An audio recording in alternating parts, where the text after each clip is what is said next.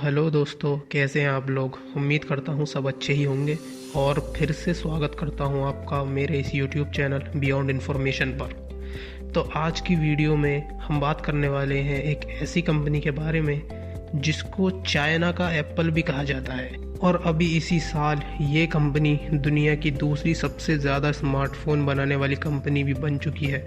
तो हाँ, आपने बिल्कुल सही सोचा, हम आज बात करने वाले हैं Xiaomi के बारे में। तो सबसे पहले बात करते हैं इसके नाम के बारे में।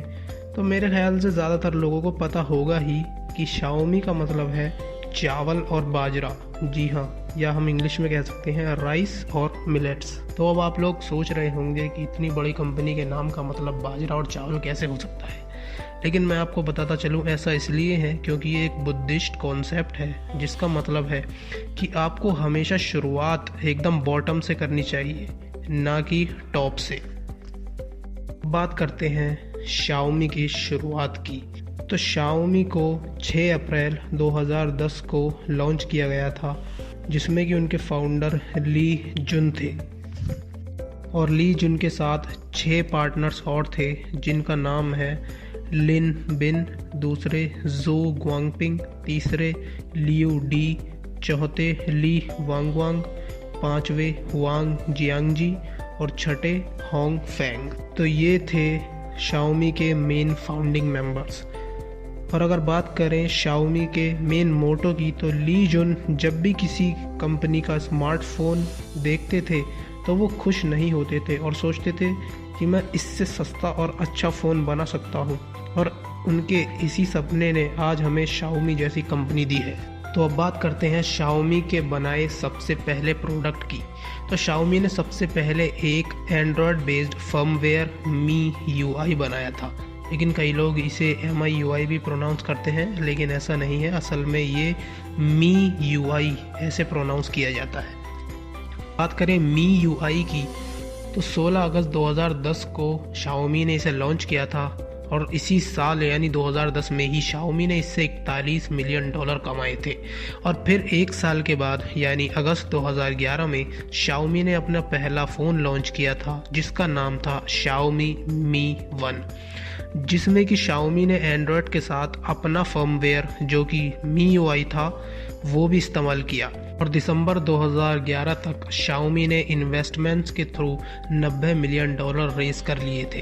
अब अगस्त 2013 में Xiaomi ने ह्यूगो बर्रा, जो कि गूगल में एज अ वाइस प्रेसिडेंट थे product management for Android platform के लिए, उन्हें अपनी कंपनी में Xiaomi ने वाइस प्रेसिडेंट बना दिया। अब इनका जो मेन फोकस था वो था Xiaomi को दुनिया भर में एक्सपेंड करना और पूरी दुनिया में Xiaomi को नंबर 1 स्मार्टफोन ब्रांड बनाना। और अब सितंबर 2013 में Xiaomi ने अपना नेक्स्ट फ़ोन जो कि था Xiaomi Mi 3 अनाउंस किया, और इसी के साथ Xiaomi ने एक एंड्रॉयड टीवी भी अनाउंस किया जो कि एक 47 इंच स्मार्ट टीवी था। और अक्टूबर 2013 तक Xiaomi चाइना में 5वां सबसे ज़्यादा इस्तेमाल होने वाला स्मार्टफोन बन गया था। साल 2013 में ही Xiaomi ने 18.7 मिलियन स्मार्टफोन्स भी बेचे। अब आता है फरवरी 2014, जब Xiaomi ने अपना चाइना से बाहर एक्सपेंशन अनाउंस किया। इसी के साथ Xiaomi ने अपना मेन डोमेन Xiaomi से बदलकर mi.com कर लिया। मैं आपको एक फ़न फैक्ट बताता हूँ, जो कि ये है कि Xiaomi ने जब ये डोमेन जो कि है mi.com लेने का सोचा था, तब उन्हें पता नहीं था कि ये डोमेन उन्हें इतना महंगा पड़ेगा, क्योंकि इस डोमेन के लिए Xiaomi को पूरे 3.6 मिलियन US$ चुकाने पड़े थे। जी हाँ, आपने बिल्कुल सही सुना, यानी लगभग 26.5 करोड़ रुपए। और ये दुनिया के सबसे ज़्यादा महंगे डोमेन्स में से एक भी है। अब साल आता है 2014, जब Xiaomi ने 60 मिलियन से भी ज़्यादा स्मार्टफोन बेचे, और इसी के साथ Xiaomi का 94% से भी ज़्यादा रेवेन्यू सिर्फ मोबाइल सेल्स से ही आया।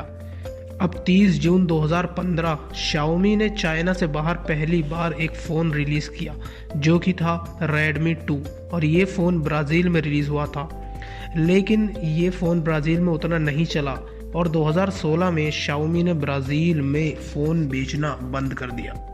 और इसी साल 2016 में Xiaomi ने बहुत कुछ किया, जैसे कि Xiaomi ने अपना नेक्स्ट स्मार्टफोन Mi 5 लॉन्च किया, जो कि Qualcomm Snapdragon 820 प्रोसेसर पर चलता था।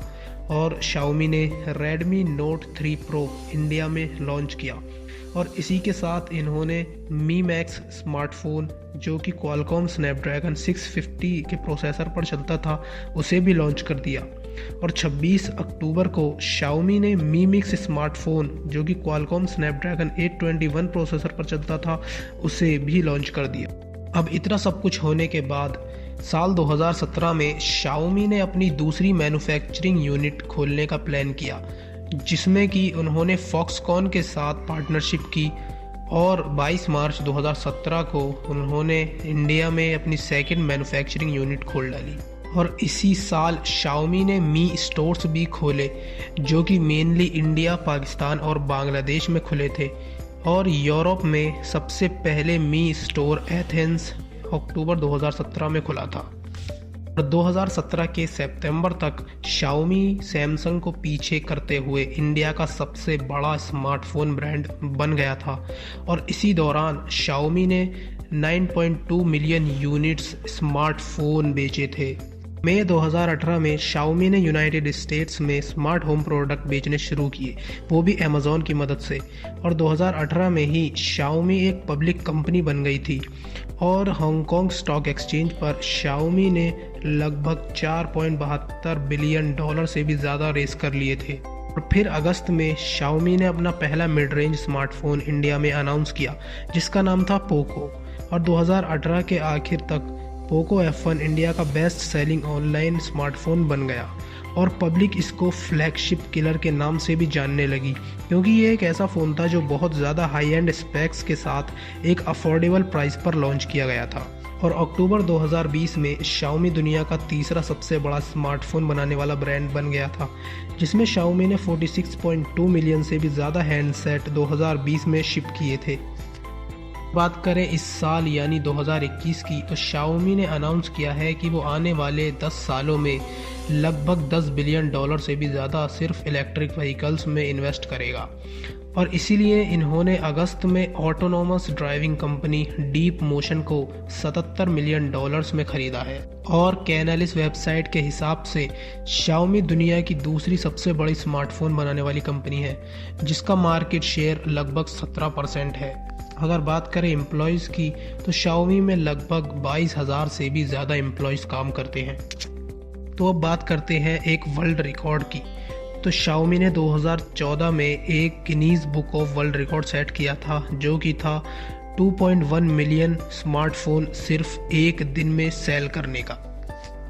जी हाँ, आपने बिल्कुल सही सुना, यानी Xiaomi ने सिर्फ एक दिन में लगभग 21 लाख फ़ोन बेचे थे। और अगर बात करें ब्रांड वैल्यू की, तो Xiaomi 2021 में लगभग $24.8 बिलियन की ब्रांड वैल्यू रखता है।